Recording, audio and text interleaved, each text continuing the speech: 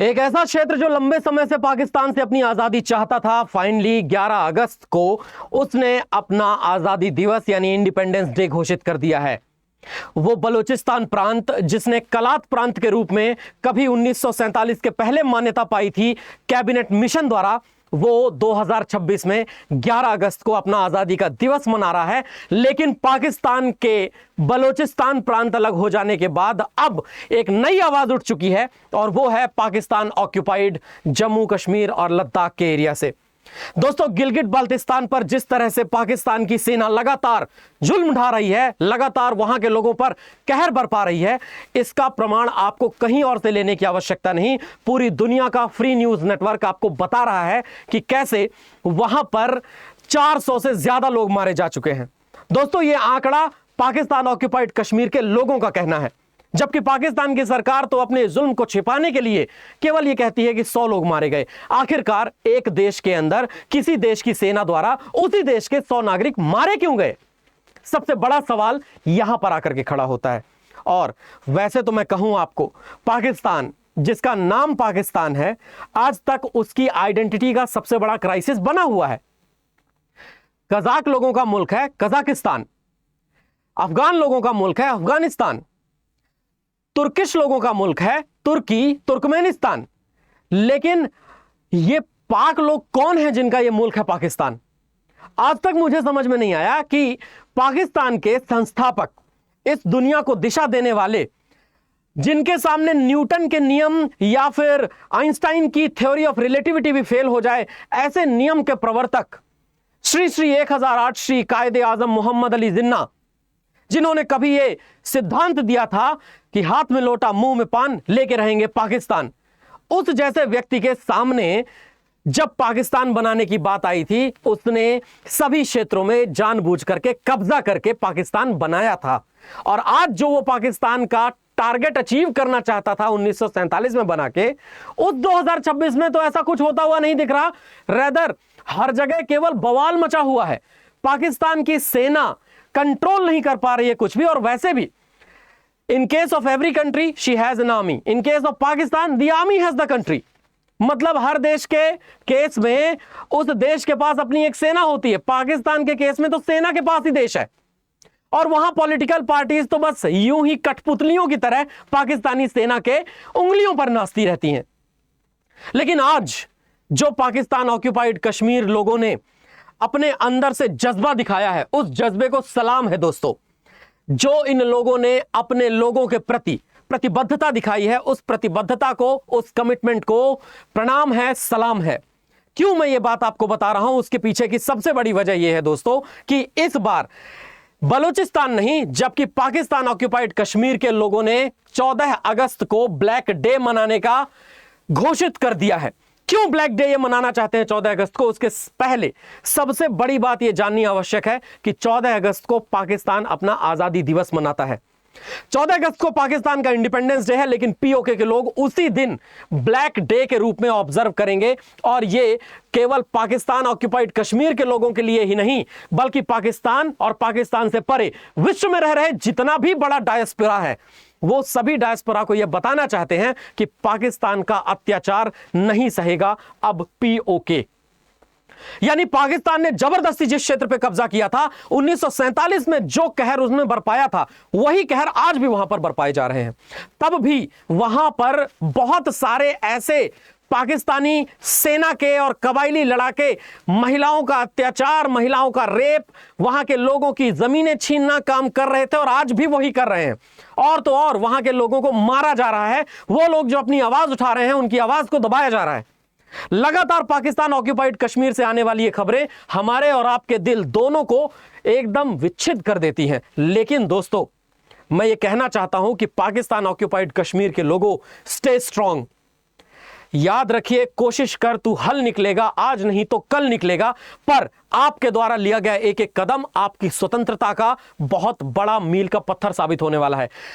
अगर ये global protest 14 तारीख को ब्लैक डे के रूप में सक्सेसफुल होता है, तो यह बात मान करके चलिए कि पाकिस्तान की जो थोड़ी बहुत बची हुई इंटरनेशनल इमेज है, उसको सबसे बड़ा झटका लगेगा ये, क्योंकि बलूचिस्तान तो पहले ही स्वतंत्र होने की बात कह चुका है। अगर जरा सा थोड़ा और आगे बढ़े तो आप देखिए कि पाकिस्तान में, पाकिस्तान ऑक्यूपाइड कश्मीर के यहां लोगों ने झंडे तक जलाने शुरू कर दिए हैं। और तो और उन्होंने यहां पर जो झंडे जलाए, इस झंडे को जला करके उन्होंने नाच गाना भी किया है। अब अगर ऐसा है तो ऐसी स्थितियों में क्या इस समय पाकिस्तान का पूरा एडमिनिस्ट्रेशन, पाकिस्तान का पूरा प्रशासन और उनकी राजनीतिक इच्छा शक्ति पूरी तरह खत्म है? तो आंसर है इसका हां। राजनीतिक इच्छा शक्ति नाम की तो कोई है भी नहीं चीज वहां पे केवल यही है कि वहां की सेना जो चाहेगी वो होगा। लेकिन बावजूद इसके एक बिगड़ैल बच्चे की तरह पाकिस्तान का सदैव से बिहेवियर रहा है, और वही बिगड़ैल बच्चा जो अपने छोटे भाइयों को या फिर अपनी संतानों को भी मारता है। आप ध्यान से देखिए, यहां जहां पर लोग अपने आप को बहुत अच्छे से पाकिस्तान से स्वतंत्र दिखाने में खुशियां महसूस कर रहे हो, सोचिए दोस्तों उस देश का भविष्य क्या होगा। No country can withstand the idea of the outcome whose time has come. बहुत बड़ी बात थी ये। 1971 में भी जब 3 दिसंबर 1971 को शुरू की गई जंग 16 दिसंबर 1971 को समाप्त हुई थी, 13 दिनों के अंदर मात्र भारत ने पाकिस्तान का ऑपरेशन करके बांग्लादेश क्रिएट कर दिया था।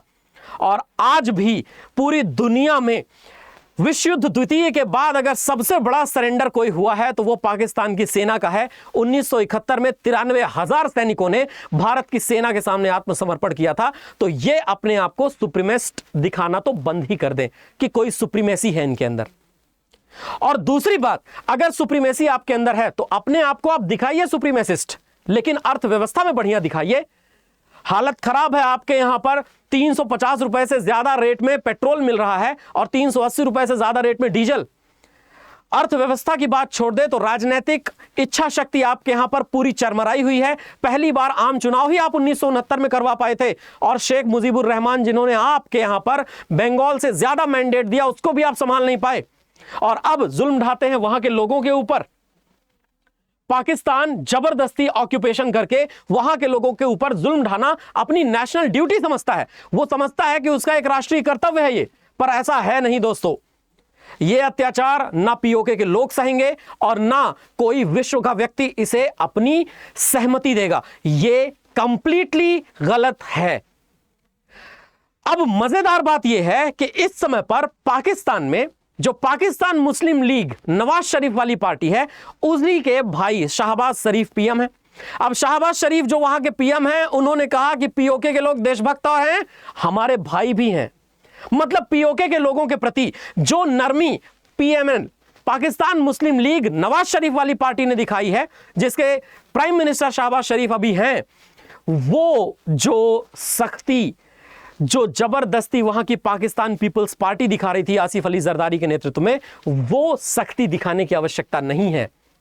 और आज यही पीएमएल यानी पाकिस्तान मुस्लिम लीग वहां पर चुनाव भी जीत रही है। और उसके पीछे वजह यह है कि पीएमएल ने जो वहां का ऑक्यूपाइड जम्मू एवं कश्मीर वाला पार्ट है, वहां पर चुनाव जीते हैं, क्योंकि इन लोगों का लहजा अब नर्म हो चुका है। इनका जो लहजा नर्म हुआ है उन पीओके के प्रोटेस्टर्स के प्रति, वो इसीलिए है क्योंकि इन्हें भी पता है कि वो सही है। और दूसरी बात, उनका समर्थन इनको चाहिए सरकार बनाने के लिए।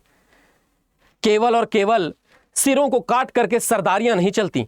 बलूचिस्तान ने यह करके दिखा दिया है कि सिरों को काट के सरदारियां चलने नहीं देंगे। और अब पीओके के लोगों ने भी लगातार, दोस्तों जो पाकिस्तान पीपल्स पार्टी है, पाकिस्तान पीपल्स पार्टी बहुत पीछे छूट चुकी है। आसिफ अली जरदारी, बिलावल भुट्टो जरदारी, ये सब बहुत पीछे छूट चुके हैं। और सोचिए वही पार्टी है पीपीपी, जिसमें सबसे पहले जुल्फिकार अली भुट्टो ने पाकिस्तान पीपल्स पार्टी बना के 1969-70 में चुनाव जीतने का सोचा था। तब से इनका लगातार लोगों पर अत्याचार करना जारी है, और ये अत्याचार कर ही रहे हैं। दोस्तों आज जो स्थितियां पैदा हुई हैं, आज की इन पैदा हुई स्थितियों में आपका क्या विचार है? क्या पाकिस्तान ऑक्यूपाइड कश्मीर को भी अब अलग हो जाना चाहिए पाकिस्तान से? हमारे भारत की स्थितियां देखिए जो कश्मीर के अंदर हैं, वो कितनी स्टेबल और कितनी बढ़िया तरीके से, वैसा ही डेवलपमेंट क्या पाकिस्तानी ऑक्यूपाइड कश्मीर के लोग एक्सपेक्ट नहीं करते हैं? क्या उनको उसी तरीके से शिक्षा नहीं मिलनी चाहिए जिस तरीके से हमारे कश्मीरी भाई बहनों को शिक्षा मिल रही है? वो सारे लोग भारत के अलग अलग यूनिवर्सिटीज में आकर के पढ़ते हैं। भारत में उन लोगों का बहुत बढ़िया डायस्पोरा है, वो लोग भारत की प्रगति में अपना योगदान दे रहे हैं। लेकिन पाकिस्तान ऑक्युपाइड कश्मीर के लोगों को पाकिस्तान अपना समझता ही नहीं है। पाकिस्तान को यह लगता है कि ये कोई दूसरे लोग हैं जो उनके साथ हैं। और यही कारण है कि वहां पर ये जो पंजाबी पाकिस्तानी सुप्रीमेसी दिखाते हैं अपनी, उन्हीं की वजह से बलूचिस्तान उन्हें अपना नहीं मानता, उन्हीं की वजह से खैबर पख्तूनवा उन्हें अपना नहीं मानता, उन्हीं की वजह से सिंध उन्हें अपना नहीं मानता, और अब तो पाकिस्तान ऑक्युपाइड कश्मीर के लोग भी इन पाकिस्तानी पंजाबियों को अपना नहीं मानते। अरे पाकिस्तानी पंजाबियों, कम से कम भारत के पंजाब से कुछ सीखो, उस कौम से सीखो, सिख कौम से, जो देशभक्ति के वास्ते न जाने क्या क्या कर गई। गुरु गोविंद सिंह जी महाराज जिनके आदर्श हो, उनसे सीखो। देश धर्म के वास्ते वार दिए स्तुत चार मरे तो क्या हुआ, ये जीवित कई हजार। जब गुरु मां अपने चारों बेटों की शहादत के बाद गुरु गोविंद सिंह जी महाराज के पास आई थी, तब गुरु गोविंद सिंह जी महाराज ने ये कहा था। सीखने की आवश्यकता है कुछ। देशभक्ति किताबों में लिखा करके सिखाई नहीं जाती, झूठा इतिहास पढ़ा करके सिखाई नहीं जाती। देशभक्ति सिखाई जाती है जब आपके पूर्वजों ने इस मिट्टी के लिए बलिदान दिया हो, इस मिट्टी को अपने खून से सींचा हो। यह स्वतंत्रता दिवस जो भारत का 15 अगस्त को है, ऐसे ही नहीं है। तुम्हारे ही लाहौर में किसी लाला लाजपत राय ने लाठियां खाई थी साइमन कमीशन का विरोध करने के लिए। उस समय वो पाकिस्तान नहीं बनाना चाहते थे, पर मोहम्मद अली जिन्ना, ये एक अकेला व्यक्ति जो सुअर का मांस खाने वाला, शराब पीने वाला, इस्लाम धर्म को लगभग अपने जूते की नोक पर रखने वाला, ये वो व्यक्ति है जिसने लगातार इस्लाम का अपमान किया और कायदे आजम बन के बैठा हुआ है। मैं तो कहता हूं और थूकता हूं ऐसे लोगों पे, जो लोग ना अपने देश के हैं ना अपने धर्म के हैं, किसी के भी नहीं है ये, और कायदे आजम बने बैठे हैं। लगातार प्रेस रिलीज की जा रही है, लोग कहते हैं एआई वीडियो है, लेकिन एआई वीडियो नहीं है ये कंप्लीटली सही वीडियो है और पीओके की तरफ से है। ये पूरा स्टेटमेंट उन्होंने कहा है कि पाकिस्तानी सेना के लिए किसी बुरे सपने से कम साबित नहीं होने वाला है 14 अगस्त का दिन। शहबाज शरीफ की सरकार के लिए और पाकिस्तानी सेना के लिए काला दिन मनाएंगे। लेकिन जो वहां की जम्मू कश्मीर अवामी एक्शन कमेटी है, यानी जेएसी, उसने ये ऐलान कर दिया है कि 13 और 14 अगस्त को ब्लैक डे मनाया जाएगा पाकिस्तान की सेना की बर्बरता के खिलाफ। पीओके के लोग आवार पार की लड़ाई के मूड में हैं। ये बात याद रखिएगा। 13 अगस्त का जो दिन चुना गया वो इसीलिए क्योंकि 14 अगस्त को पाकिस्तान अपना स्वतंत्रता दिवस मनाता है और 13 अगस्त से विरोध प्रदर्शन शुरू होगा, तो पाकिस्तान की राष्ट्रीय जश्न की हवा निकल जाएगी। दोस्तों, भारत से सीख सकते हैं, भारत में ऐसा कुछ नहीं है। भारत के लोगों से देशभक्ति सीख सकते हैं। भारत के लोग कंप्लीटली देशभक्त हैं।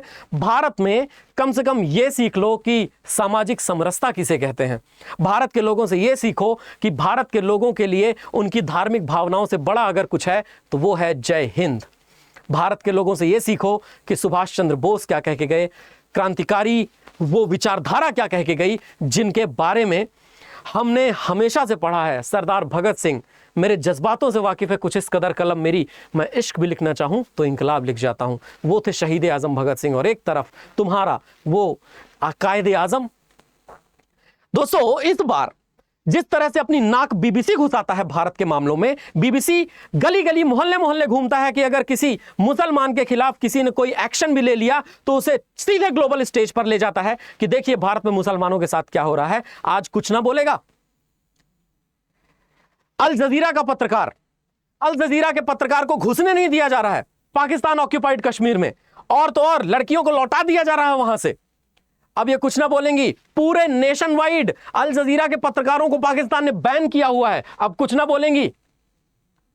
क्या इसकी कोई इंटरनेशनल मीडिया में हाइप ही नहीं मिलेगी? क्यों? क्योंकि पाकिस्तान एक इस्लामिक राष्ट्र है। जिस तरह के पाकिस्तान मिलिट्री के कारनामे हैं, इन कारनामों को अगर मैं सामान्य रूप से कहूं तो ये वही जनरल डायर की हरकतें हैं जो 1919 में 13 अप्रैल को जलियांवाला बाग में भारतीय लोगों के साथ की गई थी। आप देख सकते हैं कि सोचो, एक नॉर्मल बुलेट पता नहीं कहां से आई और यूनाइटेड किंगडम के एक आदमी को मार गई पीओके में। मतलब गोलीबारी तो चल रही है, इस बात से बिल्कुल अंदाजा जो है 100% यही था ना कि वहां पर लगातार गोलियां चल रही हैं, लोगों को मारा जा रहा है। एक स्ट्रे बुलेट का मतलब जो कहीं से भी बुलेट आई वो आकर के मार करके चली गई इस व्यक्ति को, जो कि ब्रिटेन का था। दोस्तों, ये लगातार उठने वाली आवाजें लगातार सामने आने वाली आवाजें ये कहती हैं कि पीओके को चाहिए आजादी पाकिस्तान के इस जबरदस्ती ऑक्यूपेशन से। आपका क्या सोचना है आप बताइए कमेंट्स में, मैं इंतजार कर रहा हूं आपके कमेंट्स का। और 2 शब्द इस व्यक्ति के बारे में जरूर लिखिएगा जिसने कहा था हाथ में लोटा मुंह में पान, लेके रहूंगा पाकिस्तान। दोस्तों जय हिंद जय भारत।